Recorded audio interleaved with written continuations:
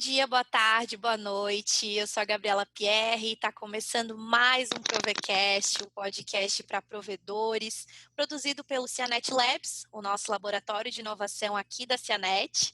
Produzimos esse conteúdo com a intenção que você possa aprender mais sobre esse universo de provedores, entre um post e outro, no caminho para a casa do cliente, no provedor, em qualquer lugar. E hoje, pessoal, a gente está aqui com o nosso super convidado, Droander Martins, da IPv7 e da Visp Capital, que hoje vai falar um pouquinho mais sobre os tópicos técnicos que impactam no processo de fusão e aquisição de provedores. Então, um assunto bem relevante aí nesse momento que a gente está vivendo no nosso país. Para a gente começar, por favor, Droander, se apresente aí para a galera e vamos começar o nosso bate-papo aí hoje. Olá, pessoal, tudo bem? Gabriela, Cianet, muito obrigado pelo convite. É um prazer estar com vocês, podendo participar desse podcast. Espero, no decorrer do nosso papo, poder contribuir com um pouco da nossa experiência aqui do lado da Visp e da IPv7. Show de bola, Druander. No último Provecast aí que a gente lançou no mês de janeiro, a gente falou um pouquinho mais também sobre esse tema de fusão e aquisições de provedores com a fera Flávia Bittencourt, que também participou aqui com a gente. A gente sabe da importância, né, e da atratividade que o mercado de ISPs oferece, e por isso que a gente vai tratar hoje um pouquinho mais a fundo contigo, né, sobre esses aspectos técnicos do processo de M&A, de fusão e aquisição de provedores. E para a gente iniciar, né, já vamos com umas primeiras dúvidas aqui. Druander, você que tem bastante experiência nesse processo, né? Quais são os indícios que a gente tem na consolidação do mercado que realmente vai acontecer, que já está acontecendo, para o provedor enxergar que é o momento certo, né? Quais são os indícios aí que você enxerga hoje nesse processo, Druander? Pô, legal, Gabriela.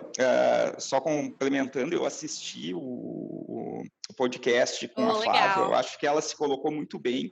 É um assunto que está em todas as pautas, né? Em todas as rodinhas, todas as reuniões, sempre rola o assunto consolidação. Espero poder, assim, somar ao que a Flávia falou. Eu acho que os provedores que não assistiram a esse podcast, que voltem lá e assistam, porque ele foi muito enriquecedor. Quais os indícios, né, que a gente observa nesse cenário de consolidação? Acho que tem um indício muito claro que é o cenário externo. Então, em outras economias mais avançadas que a nossa, o mercado americano, por exemplo, essa consolidação ela já ocorreu. Mas aqui no Brasil, a gente também pode ver evidências, né, das matérias que saem na mídia.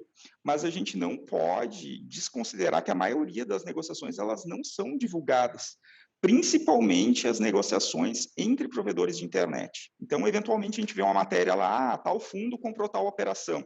Isso é uma fração muito pequena das negociações de compra e venda que ocorrem no mercado.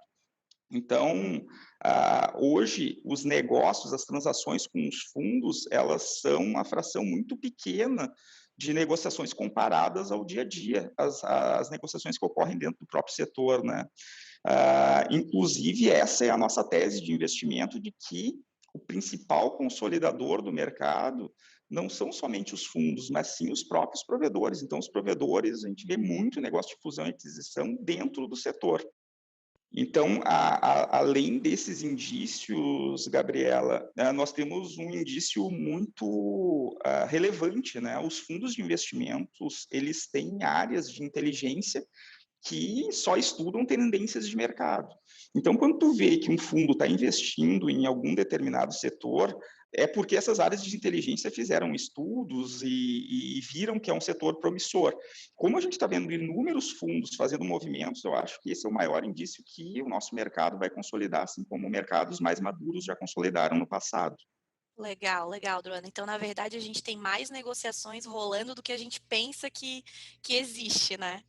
E, Muito, muito. Muitas negociações elas não são divulgadas, até uhum, por questão de segurança, né? Imagina, a Gabriela vendeu a operação dela por 50 milhões. Pô, a uhum, gente não sabe quem vai escutar essa informação, então pode ter algum risco para a família, para o próprio sim. vendedor. Então, a maior parte das negociações ela não é divulgada. É uma praxe bastante comum do mercado não divulgar números e todas as negociações, né? Uhum. Hidroander, e quanto que um provedor precisa crescer, né, para chegar nesse ponto de vender, de fazer uma fusão? O que que tu enxerga em relação a isso, assim? Eu vejo bastante, eu trato isso até como um mito, tá, Gabriela? Porque, no fundo, no final do dia, não é só uma questão de tamanho, mas uma questão de gestão, governança, compliance. Uhum. Então, assim, o segredo não é só fazer crescer o provedor desordenadamente e aí tu chega na hora de vender, tu não qualifica o comprador, né? Então, não importa o tamanho do provedor, mas sim o nível de gestão, governança e compliance que ele tem. Então, quanto mais organizado, mais atrativo ele fica. Mas o segredo está em achar o comprador certo para o teu provedor. Se ele é um provedor pequeno, vai ter um comprador para ele. Se é um provedor muito organizado, vai ter um comprador para ele. Então, existem vários tipos de investidores. Tem o investidor financeiro. Então, se eu pegar uma operação lá de 5, 10 mil assinantes e levar no investidor financeiro, talvez ele não vai ser atrativo para ele essa operação. Mas para um investidor estratégico que quer entrar na tua cidade, se tu tem um provedor com 500, com 1.000 assinantes e uma rede bem estruturada, pode ser muito estratégico para ele cravar a bandeira lá. Hoje a gente tem uma questão de aluguel de poste, né? Os espaços são limitados, então, eu tenho uma região, eu tenho uma área que não existe mais disponibilidade, então não interessa o tamanho do teu provedor, desde que o comprador enxergue o apelo dele. Então, eu sempre gosto de dar um exemplo, né? Eu gosto de carros antigos. Então, os meus amigos que não gostam de carros antigos, o Druander gosta de carro velho. Então, se eu pegar, por exemplo, e for numa concessionária e levar um Fusca lá na concessionária, o cara vai dizer, esse carro não vale nada. Só que para outro colecionador, para um cara estratégico, que falta um Fusca na coleção dele daquele ano, ele vai me pagar o preço de um carro zero, um Fusquinha. Então, esse é o ponto. O tamanho, ele acaba sendo irrelevante se a gente não mapear certo quem é o comprador para essa operação, né? Então, a base é estruturar a tua empresa da Legal. melhor maneira possível que vai ter um comprador certo. Legal, toda a parte também de segurança da infraestrutura, né, Druander, da parte do provedor, a capilaridade que o provedor pode levar para esse investidor, para ele conseguir não só manter a operação que ele tem hoje, mas também escalar, né? Eu acho que o investidor que está olhando para esse provedor é isso que ele busca bastante também, né? Não só manter, mas também pensar nessa escalabilidade futura do provedor que já existe. Né, e até falando um pouquinho sobre o teu livro, né, Droander também é escritor aí, então, em relação à tua tese de investimento no setor, como que tu imagina, Droander, que essa consolidação vai se dar entre os ESPs e todo o ecossistema? Ou seja, assim, tu acredita nessa consolidação que vai atingir outras empresas do setor ou não? Sim, sem dúvida vai atingir, já está atingindo. A gente vê bastante movimento no ecossistema, né? Alguns não são divulgados, Legal. mas já é uma realidade. E em relação ao livro, o propósito, né, a tese que tu questionou, ela vai muito de encontro com o objetivo do nosso grupo, né? Nós temos o objetivo de popularizar, democratizar o conhecimento a respeito de investment banking, da parte de captação de recursos, da parte de fusões e aquisições, um trabalho muito parecido com o que vocês estão fazendo na Cianet, de levar informação, de mostrar, deixar o empresário que às vezes está tão envolvido com o dia a dia ter acesso a informações que as consultorias cobram muito caro por uma hora para discutir temas como esse que a gente está discutindo aqui. Então, o objetivo do livro é justamente popularizar, mostrar para o pequeno provedor, para o pequeno Legal. investidor, que ele pode comprar uma empresa, que ele pode investir. Então, como eu falei antes, a gente acredita que a consolidação do setor de SPs ela vai ser feita através do próprio provedor de internet. Então, ele tem que ter acesso à informação, ele tem que estudar, ele tem que assistir um conteúdo como esse que a gente está fazendo aqui, como que tu fez com a Flávia há uns dias atrás. Então, sem dúvida, essa consolidação no ecossistema ela é inevitável e vai refletir muito o que está acontecendo no mercado de provedor, de compra e venda de provedor. Vai ter empresa de software consolidando, fornecedores consolidando, fabricantes, isso já é um fato. Perfeito. A informação é que consegue dar mais poder para a gente, né, Druander? Então, com certeza é isso que vai deixar o mercado e os pequenos provedores também com o poder de conseguir levar esse canal mais à frente, né? E também, considerando a tua expertise já nesse trabalho com a IPv7, com a VISP, o que torna hoje, Druander, os provedores atrativos para esses fundos? A gente falou bastante dos fundos já, né? Ou para os investidores em geral? O que deixa eles mais atrativos para esse processo de fusão e aquisição? Assim, o nosso setor é um setor que vem se destacando bastante, né, principalmente pelos altos índices de crescimento. E não é um crescimento pontual, são crescimentos constantes. Então, a gente vê provedores aí crescendo numa média de 2 dígitos, operações dobrando todo ano. Então, isso chama muito a atenção do mercado financeiro, porque o nosso setor ele possibilita o crescimento em larga escala, né? E tem um fator muito importante que é a receita pulverizada em vários clientes. Então, isso dilui o risco para o investidor, além da receita recorrente com margens saudáveis. Então, pensa que todo mês entram novos clientes, tu mantém os antigos e só vai aumentando, né? Então, tu consegue seguir com a operação, fazendo um crescimento orgânico, ou seja, reinvestindo tudo que ela lucra, e com um fundo aportando, ele faz um crescimento inorgânico, adquirindo outras operações, e aí, num curto espaço de tempo, ele consegue montar uma estrutura muito grande. Isso acaba atraindo muito fundo, mas o que torna o provedor em si mais atrativo para esse fundo é o nível de organização, né?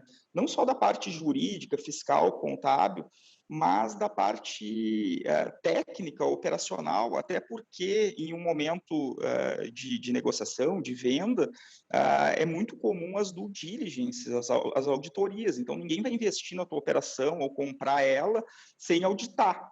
Então, às vezes tu tem uma operação maravilhosa, mas na auditoria ela acaba deixando muito a desejar e o negócio acaba não ocorrendo. Então, o que vai fazer esse negócio acontecer é justamente o nível de compliance que essa operação tem. Poxa, legal. Acho que a gente pode até entrar um pouquinho mais nesse tema de due diligence, né? Mais essa parte técnica. Falando um pouquinho disso, Druander, até se você puder explicar um pouquinho mais para a gente sobre esse tema, quais que são os principais erros, né, que o provedor comete por não passar por esse processo, que é um processo aí que vai chamar a atenção dos investidores, né? Sim, em toda negociação é uma fase que vai acontecer, é um fato que o provedor vai ser auditado, e o que mais pega nessas auditorias é o off-book, o famoso caixa 2.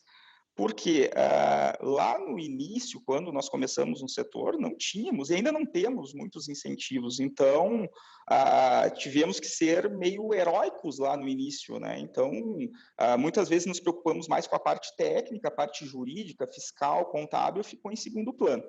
Então, a gente sabe que não é geral, mas muitas empresas têm caixa 2 e sonegação é crime. Então, no processo de due diligence, de auditoria, isso nunca é bem visto. Então, isso acaba espantando o investidor, porque ele vai ser solidário, né, se ele comprar, se ele investir numa Sim, operação que sonega.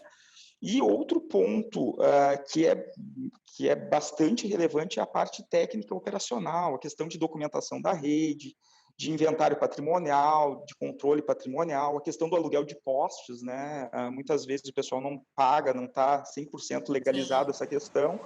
Então, os fundos acabam olhando muito isso. Um outro ponto que também nas auditorias pega muito mal e é um ofensor é que muitos provedores acabam usando equipamentos sem Anatel, muitas vezes equipamentos importados da maneira incorreta, comprado de fornecedores que não estão legalizados, ou seja, usando produto contrabandeado, né? Então, Sim, numa sim. auditoria isso é levantado, então a gente sempre recomenda que usem fornecedores sérios, produtos homologados, porque às vezes aquela economia que tu faz, tu acha Sai que tu cara tá no tendo um final, né? baita de um benefício e no final essa conta vem e tu vai ter que pagar por isso e muitas Sim. vezes acaba até inviabilizando o negócio, né? Tu usar uma tecnologia legada, uma tecnologia que não é a prova de futuro. Então, o que importa na due diligence é o investidor conseguir mensurar o risco. Então, muitas vezes os provedores são tão heróicos que dificulta o fundo de conseguir medir qual é o risco de investir nele de tanta coisa errada que esse cara fez. Sim. Então, é importante a gente, qualquer ação que for fazer pensando numa saída futura, lembrar que os últimos 5 anos vão ser auditados e que tudo isso virá à tona porque os fundos acabam investindo muito nessa parte para não investir errado, né? Legal, legal. Bem importante essas dicas aí, hein, pessoal? E claro, né, acho que vale a pena também a gente falar um pouquinho, Druander, o outro lado, né? E quem está lá do lado do investidor, quem está comprando, qual que é a dica aí que você deixa aí para a gente, Druander? Como que a gente deve estruturar esse processo de investimento aí nos provedores? Tá, vamos lá. Eu acho que tem 2 tipos de compradores consolidando o mercado, tem mais, né? Mas eu vou focar aqui a nossa discussão em 2, que são os fundos, que na verdade eu tenho humildade de não ensinar o padre a rezar missa, né? São fundos muito bem estruturados, que têm áreas de inteligência e de auditorias muito bem estruturadas, mas uma coisa que eu vejo que alguns fundos, por algum tempo, ignoraram e que agora todos estão indo, é a parte de due diligence técnica operacional. Antigamente o fundo ele focava, não, a empresa tem receita, olha o financeiro, olha o jurídico, olha o fiscal, contábil, veja a questão tributária e invisto. Só que tem Sim. muitas redes hoje entrando em colapso, tem muitos provedores com acordos de swap, muitos provedores usando redes irregulares. Então, o fundo, muitas vezes, ele acaba olhando só o que realmente ele entende, e a parte técnica operacional não é o forte dele, porque ele é um entrante no Sim. setor de telecom, ele acaba partindo do princípio que se gera receita é porque a rede está boa. Mas tem muita rede entrando em colapso, muita coisa técnica que o fundo vai ter todo um retrabalho no investimento. Então, a dica para os fundos que ainda não estão olhando a parte técnica operacional, eu sugiro que comecem a olhar com um pouco mais de cuidado, porque isso tem um passivo enorme, tem um risco muito grande, né, de investir numa operação e ela está entrando em colapso e esse investimento não ter o retorno Não esperado. valer a pena. Uhum. Justamente. E para os provedores ou investidores, family offices que estão querendo entrar no mercado, a dica é que não é fácil, não é simples tu fazer uma aquisição, né? Então, ela deve ser muito bem avaliada, porque o comprador ele acaba assumindo todo o risco, ele acaba sendo solidário com os erros do vendedor. Então, os fundos eles têm estruturas de auditoria para não assumir esses erros. E eu vejo muitos negócios no mercado sendo feitos no famoso fio do bigode, né? O pessoal faz um contrato ali, um compra a empresa do outro e acha que está consolidando o setor. Na verdade, isso não é uma consolidação, não é um investimento, na verdade, está comprando risco, está comprando passivo, e assim como existem metodologias para qualquer coisa que a gente faça, então, eu quero fazer uma rede FTTH, tem uma metodologia de construção dessa rede para te consolidar a tua região, para te fazer parte desse cenário que a gente está vivendo, também existe um ritual, existe melhores práticas, existem metodologias. Então, muitas vezes eu vejo o pessoal se aventurando, comprando concorrente, fazendo o negócio da maneira errada, e lá na frente isso pode dar uma dor de cabeça muito grande e pode afastar um investidor de grande porte, porque ele vai olhar e vai dizer, pô, quando o cara comprou os concorrentes dele, ele comprou da maneira errada, quando ele fundiu com o vizinho dele, ele fez essa fusão da maneira errada. Então, a Sim. dica para provedores que vão comprar ou investidores que estejam olhando para esse mercado é não achar que é um processo simples, investir em auditoria, assim como os fundos fazem. E hoje esse processo, Druander, quanto tempo mais ou menos ele leva? Um processo que realmente, assim, do início ao fim, né? Da parte de fusão ou aquisição de um provedor aí. Depende do porte do provedor, o tipo de investidor, mas são negócios que levam de 3 meses a um ano. Uhum. 3 meses a um ano. Legal. Contando a parte de auditoria, por mais rápido que seja, tem um tempo ali, né, para auditar, para gerar os relatórios, o comprador avaliar a parte contratual, os jurídicos, os contadores, todo mundo se falar. Então, leva de 3 meses uma operação pequena até um ano ou mais uma operação de grande Sim. porte. E existe alguma forma aí do provedor conseguir se ajustar, né, e conseguir deixar esse processo interno mais organizado aí antes, de fato, de passar por uma negociação, de passar por uma deal? Sim, existe, isso é mandatório, tá, Gabriela? E no mercado financeiro a gente chama isso de arrumar a noiva para o casamento. Legal. Porque não é da noite para o dia, então tu não consegue, a partir de amanhã eu sou organizado. Então tu vai ter que investir em consultorias, tu vai ter que contratar um bom escritório de contabilidade, um bom escritório jurídico, uma bela de uma empresa de engenharia, tu vai ter que te assessorar de consultores, por quê? Porque para te ir para o mercado financeiro, como eu falei antes, essas auditorias olham os teus últimos 5 anos. Então, não é num estralar de dedos que tu vai pegar e, a partir de amanhã eu sou organizado. Ok, tu pode até organizar, porém, a gente não pode esquecer que todo o passado vai ser levantado. Então, todo o Sim, risco que tu assumiu, tudo que tu deixou de pagar, isso vai ser auditado e, infelizmente, tu vai ter que pagar. Então, a dica, né, é se assessorar da melhor forma possível, reter seus talentos internos, porque uma coisa que também é levado em consideração é quem são as pessoas que fazem parte dessa operação. Será que elas vão conseguir tocar essa operação depois do dono vender ou está tudo na cabeça do dono? Então, tu te assessorar de pessoas externas, mas também cuidar do teu time interno, que é quem faz o dia a dia da tua operação, né? E cuidar muito com a questão de percepção de valor. Às vezes, tu escuta no mercado,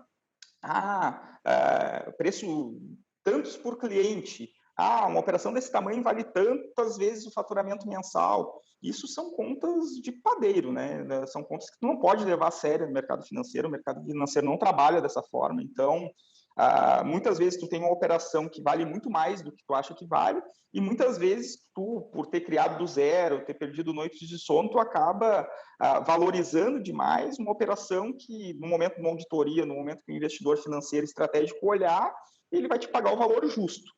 Então, é importante, nesse momento de ajuste, além de tu corrigir e ficar um bom tempo trabalhando nessa questão, tu também fazer um valuation, tu saber quanto é que a tua empresa vale. O valuation ele tem algumas vantagens, né? Um processo que tu chega ao valor justo, tem empresas especialistas nisso, e quando tu faz esse processo de avaliação do teu negócio para saber quanto que ele vale, tu tem acesso a notas explicativas, que são oportunidades de melhoria, coisas que tu tem que fazer para que a tua empresa valha mais. E aí, corrigindo isso, vale muito a pena, com certeza, ir para o mercado financeiro, porque hoje existem mais compradores do que vendedores. A gente que legal. está do lado de intermediação, a gente nota que tem muito mais gente querendo comprar do que gente organizada e apta para ser vendida. Então, essa questão de ajustar é muito importante. Show de bola, Druander. Até aproveitando esse gancho aí, fala um pouquinho pra gente sobre o teu negócio, sobre como vocês atuam hoje no mercado, da experiência que vocês estão aí trazendo nesses processos dentro dos provedores. Hoje nós temos um pequeno grupo, né? Temos a IPv7, que é uma empresa de engenharia. Ela é especialista em projetos FTTH, toda essa parte técnica, operacional, mas nós nos especializamos em due diligence e laudos periciais. Então, hoje, nós somos a empresa que faz auditoria para diversos fundos, e a IPv7 é a empresa de engenharia que ela tem capacidade, peritos, engenheiros, para fazer toda a questão de due diligence, laudos periciais de avaliação de ativo, documentação de rede, estruturar o teu negócio com a cara de uma Big Telco, com a cara de uma operação que um fundo investiria. Então, deixar toda essa parte técnica ok.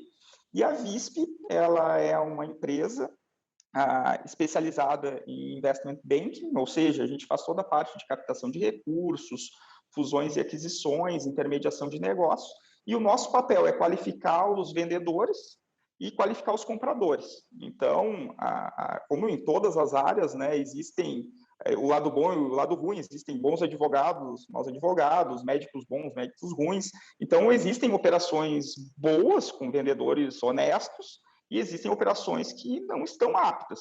E a mesma coisa os investidores. Tem muita especulação no nosso mercado, tem muita gente se posicionando como fundo, mas não tem capacidade de pagamento, são meros aventureiros, né? Então, o nosso papel é qualificar esse comprador, ver se ele tem capacidade de pagamento, se ele é um fundo sério, um fundo bem estruturado, qualificar esse vendedor e fazer essa intermediação aí, provendo todas as esferas com os nossos especialistas, engenheiros, contadores, tributaristas, economistas, advogados, então, para que essa Bacana. negociação seja feita da maneira correta.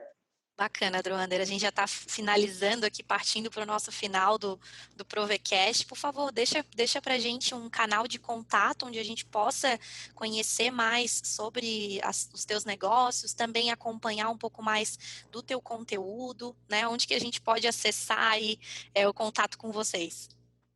Nas redes sociais, nós temos lá, fácil de achar, né, IPv7 e Visp Capital. Nosso site também, www.ipv7.com.br, www.visp.com.br. E o meu livro, para quem quiser ter um acesso a toda essa questão que a gente discutiu brevemente aqui, ele se chama Intangível. Legal, legal, Druander. Super obrigada pela tua participação. Foi muito bacana falar um pouco mais sobre esse tópico que está realmente fervendo aí nesse momento, né? Agradecer também ao nosso ouvinte. Já estamos finalizando aqui. Se vocês gostaram desse conteúdo, por favor, sigam a gente lá nas redes sociais, @CianetLabs. Também acompanhe o nosso blog da Cianet. E se você acha que foi um conteúdo bacana, lembrou de algum colega aí que também precisa escutar um pouquinho mais sobre esse tema, compartilhe com o seu colega aí para que mais provedores conheçam e estejam por dentro da informação, que é o mais importante. A informação para a gente conseguir ter mais poder de conseguir chegar a novos horizontes aí com essa questão de fusão e aquisição de provedores. Druander, mais uma vez obrigada pela tua participação. Gabriela, eu que agradeço, obrigado a todo o time da Cianet e parabéns pela iniciativa, parabéns pelo trabalho e contem comigo, estaremos à disposição aqui do lado da Visp e da IPv7. Show de bola, pessoal. Até o próximo Provecast e vamos aí divulgar o tema. Tchau, tchau.